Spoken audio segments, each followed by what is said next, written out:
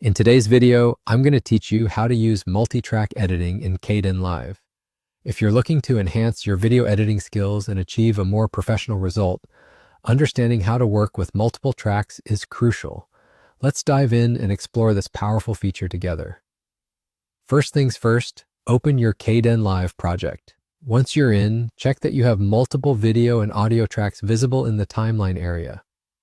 Having several tracks available will give you the flexibility needed to layer different elements on top of each other, such as background music, voiceovers, B-roll footage, and even titles.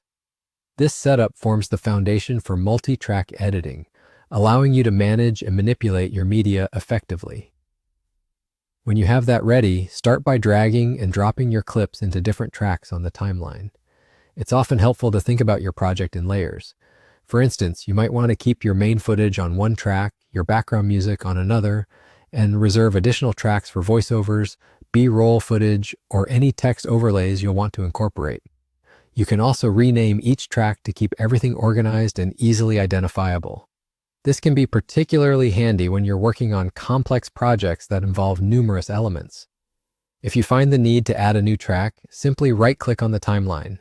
You'll see options like Insert Track or Add Track. Choose whichever suits your needs and decide whether you want it to be a video or audio track. Conversely, if you realize a track is unnecessary, you can right-click again and select Delete Track to remove it.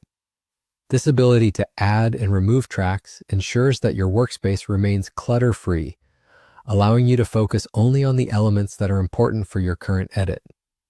Next, you'll need to arrange the clips on the timeline according to your storyboard or editing plan.